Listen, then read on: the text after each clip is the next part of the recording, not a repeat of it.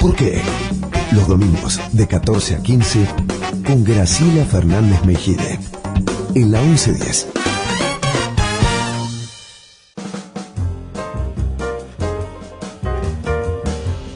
Bueno, usted y yo sabemos que este programa sería imposible sin los tres ángeles guardianes que me acompañan, Pablo Marmorato y Uriel de Simone, que hacen la producción, y en la operación técnica está Nicolás Reynoso. Gracias a ustedes. Seguimos conversando con Luis Rapoport y Jorge Rulli, y Jorge nos iba a contar su entrevista con Perón, Perón en España, y él un militante. ¿Militante de qué? Sí, sí.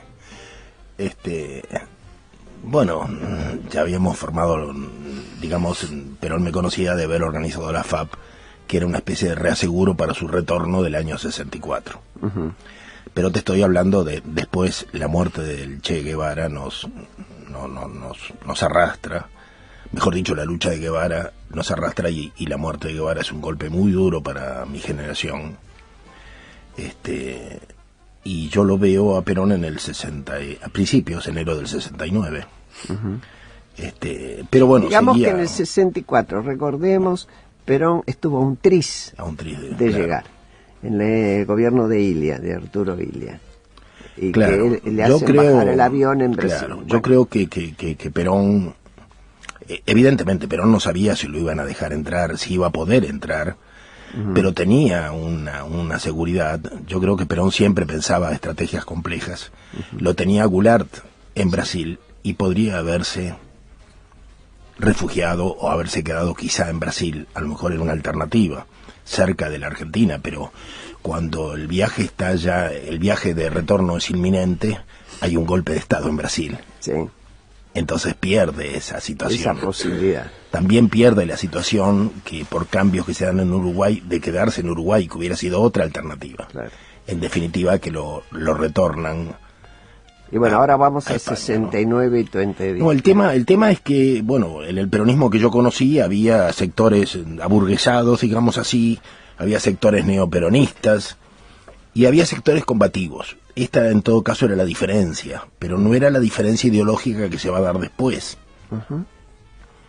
Yo siempre estuve entre los combativos, claro está, y para sorpresa de muchos, más de una vez tuvimos que,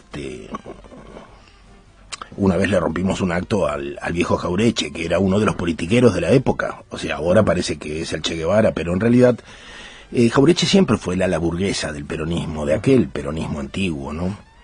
Y nosotros como Juventud Peronista éramos el sector más combativo, más agresivo.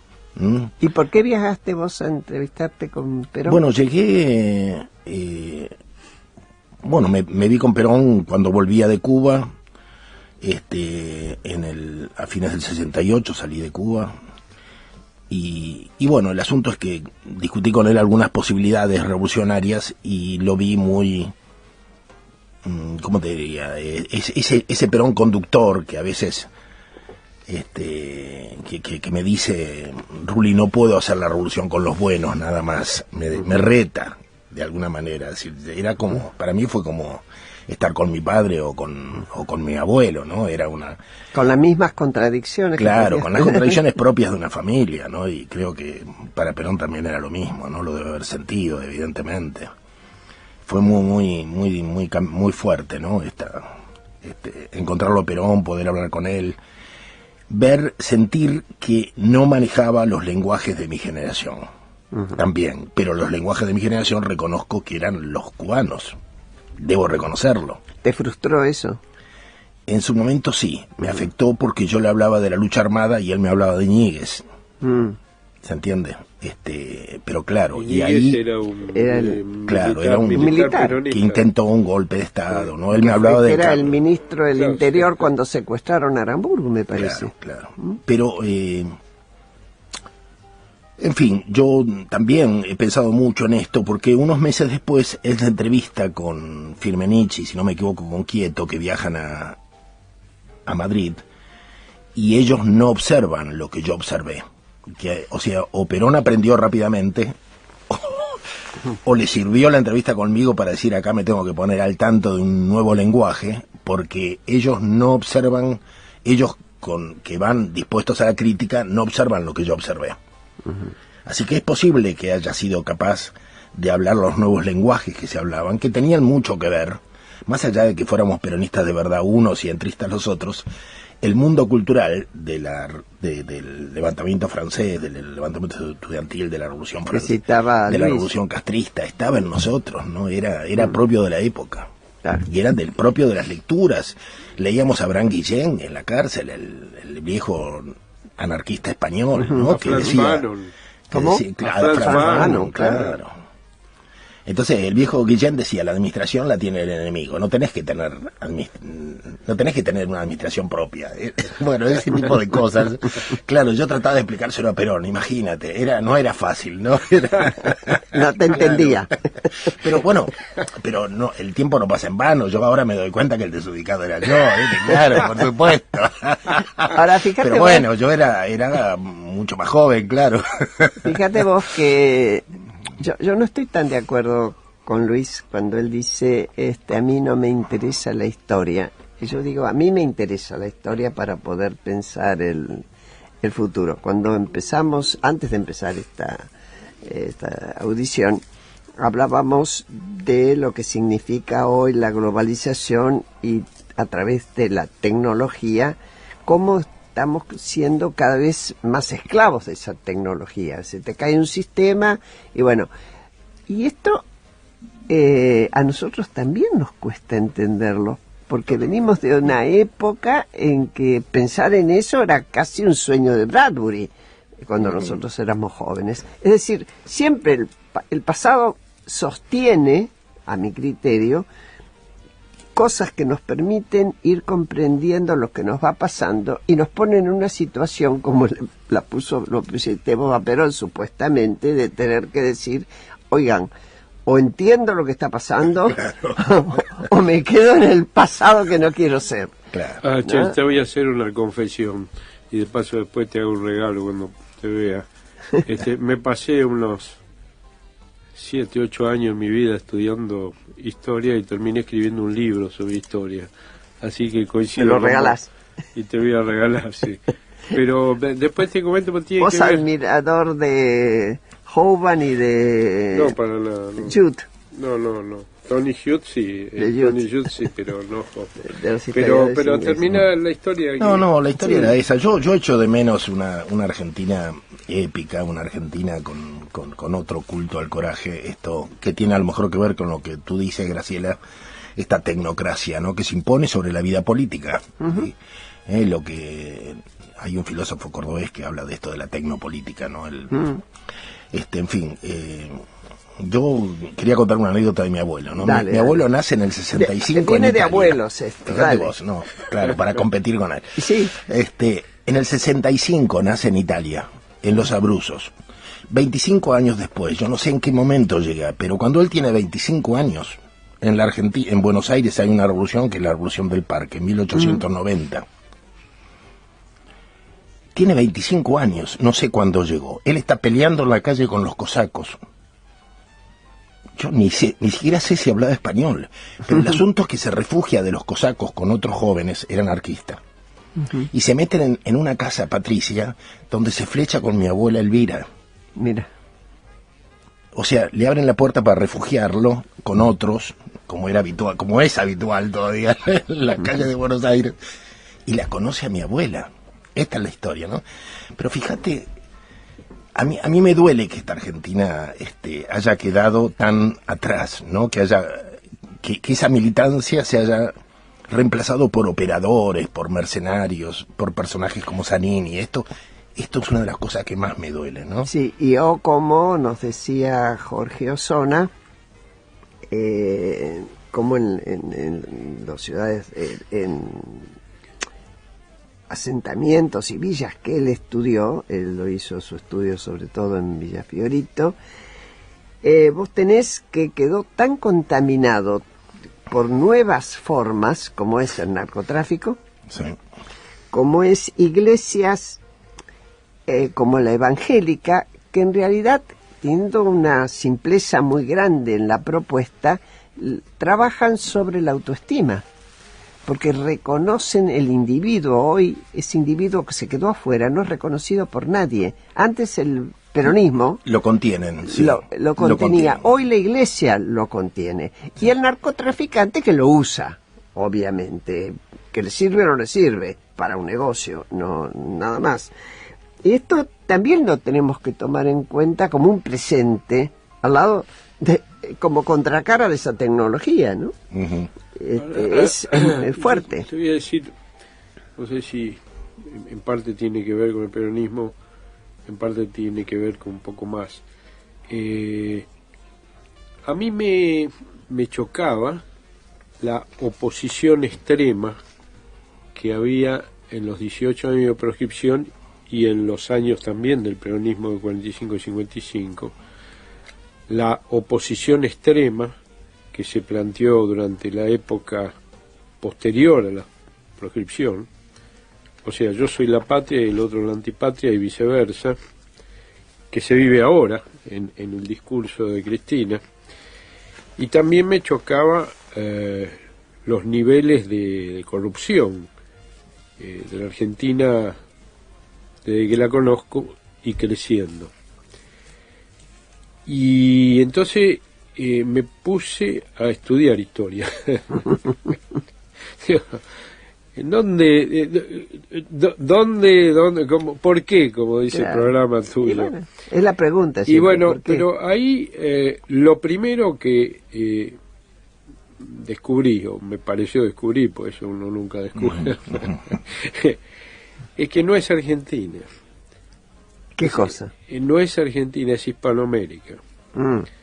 Y es una Hispanoamérica que, con excepción de dos países que zafaron de la impronta hispanoamericana y consolidaron democracia y Estado, que son Uruguay y Chile, el resto de Hispanoamérica, con muchas variantes, expresan más o menos lo que esta cosa. Por eso escribí el libro, se llama Intolerancia y Transgresión. Eso es lo que me vas a regalar después. Sí, y para entender Hispanoamérica vine a descubrir, poco tardíamente, porque no sé para qué sirve a esta altura, que posiblemente la historia más interesante, donde se concentra como en ningún lugar el etos hispanoamericano, es México. Y yo creo que ahí en el estudio de la historia mexicana aparecen muchas claves de lo que somos nosotros y algunas claves de lo que no somos nosotros. Claro. Porque Hispanoamérica también es el mundo precolombino, que acá en Argentina no es muy débil, ¿no? O yo sea, comparto mucho lo que estás diciendo. Siempre me ha impresionado esa frase que hay en la Plaza de Tlatelolco que dice: la revolución es un largo periplo hacia nosotros mismos. Claro, no hacia además adelante. está el tema de las tres culturas, ¿no? Claro. O sea, la cultura precolombina, lo español y el confronte con la modernidad norteamericana. Pero también es verdad que una de las características nuestra, y ustedes hablaron de eso, fue la fuerte migración europea, que incide. Ahí hay una, yo creo que eso es lo que de alguna forma diferenció a la Argentina, que, claro que sí. Pensá que en 1920 entre inmigrantes e hijos de inmigrantes había más que nativos en la Argentina. Sí. Es brutal, en Estados Unidos, en ninguna parte del mundo. Ahora, hay una frase de Borges, y es que en algún momento dice: y la Argentina encontró su destino latinoamericano. Y yo creo que en lugar de hacer, como alguna gente se imaginaba, un tránsito hacia Europa, y llamemos así, hacia la modernidad europea, lo que vinimos haciendo fue un tránsito hacia una Hispanoamérica sin incorporar lo que buena parte de algunos países de Hispanoamérica que preservaron una clase dirigente, y esa clase dirigente intenta en algunos países, caso básicamente de Colombia, caso de Perú, más Colombia posiblemente de Perú, intentan un camino de encuentro de la modernidad. Después está el análisis del juicio de la modernidad, que es otro debate, es otro ¿no? debate, Pero sí. Hay intentos de ese tipo. En el caso chileno ni hablar, en el caso uruguayo Claro, cuando ni vos hablar, decís que había casi más europeos que nativos, explica la necesidad del voto universal. Con el voto universal, el extranjero que quiere nacionalizarse se transforma en una fuerza a través del y voto. el servicio militar y la educación pública, todo es parte de esa Argentina que esa necesita, Argentina que se diferencia del otro. Sí, necesita encontrarse como país, ¿no? Exactamente. Y se que va al mismo buscando. tiempo era lo atractivo que tenía en su momento, porque era una cosa cuestionadora, transgresora en el buen sentido. Sí, sí. ¿Cómo se llama? Que puede salir un Charly García, puede salir qué sé yo, este tipo de cosas que expresan una vitalidad creativa y que todavía a buena medida la Argentina la preserva, ¿no? Sí, sí. Pero que está cambiando. Yo creo que es una de las, yo siempre digo, hoy no podría surgir un Homero Mansi. Los pueblos de donde vino Homero Mansi no existen más o están destruidos por el asistencialismo, ¿no? Sí, pero lo que te va a parecer es otra cosa, seguramente, porque yo veo jóvenes en la familia, tengo muchos, entre los amigos y todo, y en general son creativos en otros temas, y desde otro lugar ya desde otro lugar, con toda esta cuestión moderna actual que nacen. Hoy que un chiquito de 2 años o 3 años le maneje el iPad al padre o a la madre no es ninguna novedad para ninguno de nosotros ya. Hay otras cuestiones que van a... Yo siempre pienso que a veces yo por mi edad me desazono pensando aquello fue lo mejor, y no. Yo creo que siempre va a haber un espacio de creatividad, pero más que por realismo que por otra cuestión, ¿no? Sí, la novedad negativa de todo esto es que los extremos de transgresión y asociados a los extremos de pobreza y de marginalidad a los que llegó la Argentina determinan un futuro que es un signo de pregunta, ¿no? Bueno, ahí es hoy. El peronismo. Yo no hablo de aquel peronismo que ustedes ya bien marcaron, sienten lo que hoy se llama peronismo. Para ustedes, ¿qué constituye? Es una pena que no haya venido Silvia Mercado, porque yo creo que ella, no sé si consciente o inconscientemente, es parte de una operatoria que yo la considero muy perversa de liquidar la figura de Perón hoy.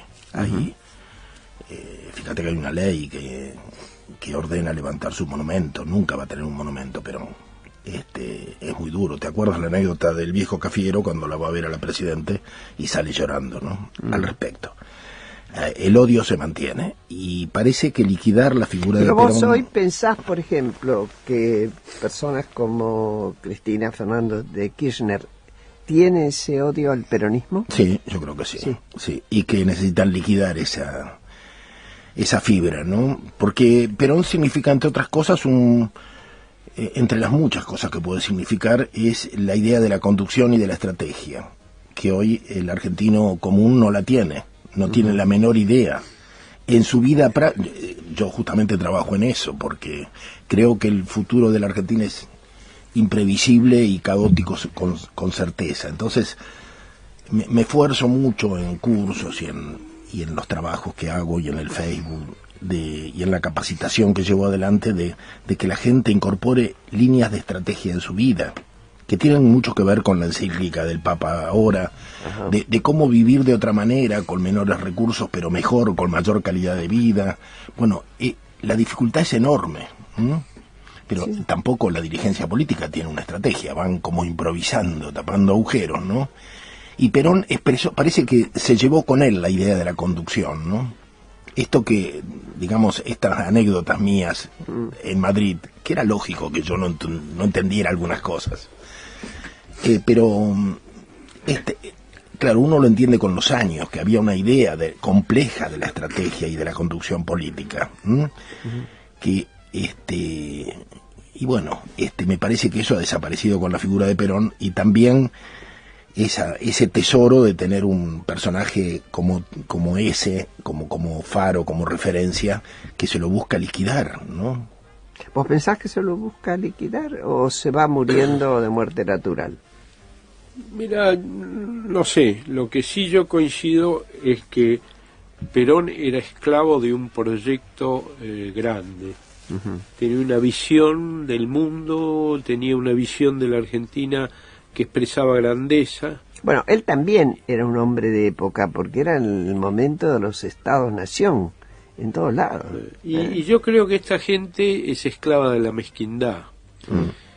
Y entonces, en eso coincido con lo que vos decís. Ahora, la pregunta tuya, si lo quieren terminar o si... Yo creo que va a venir una revisión inevitable desde la historia, con más, ¿cómo decirte?, con más desapasionamiento en algún momento, sobre todo cuando se termine esta polarización que es hija de la mezquindad y de la nada, del afán, de cuestión amigo-enemigo, de preservar el poder, en el fondo de una enorme estupidez, ¿no?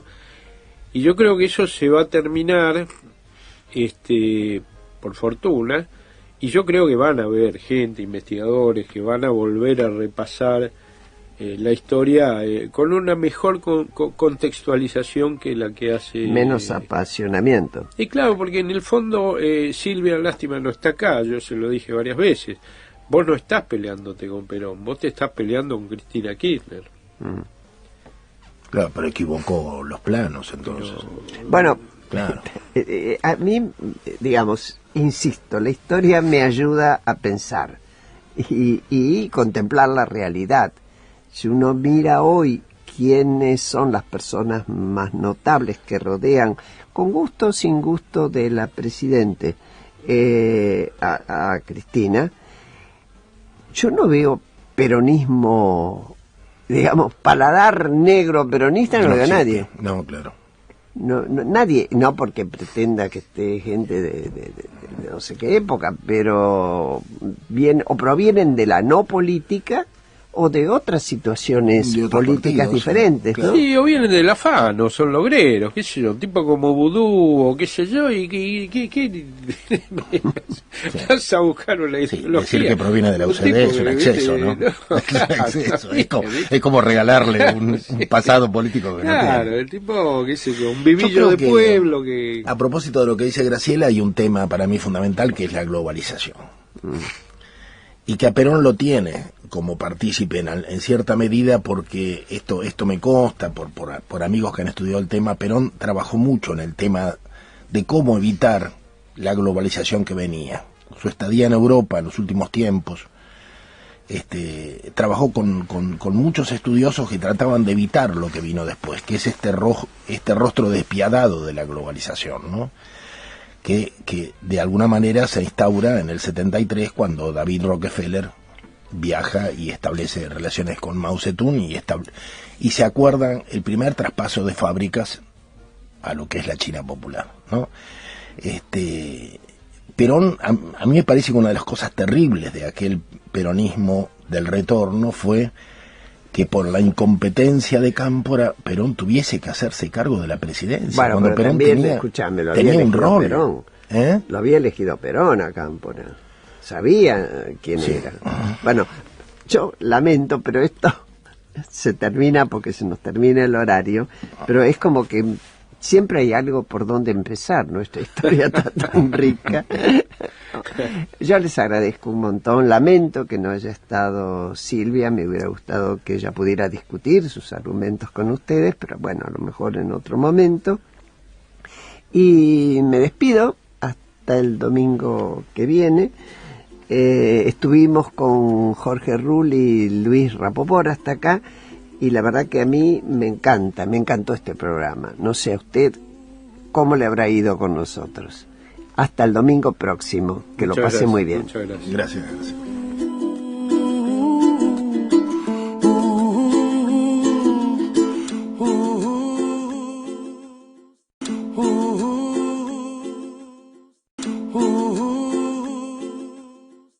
Ooh.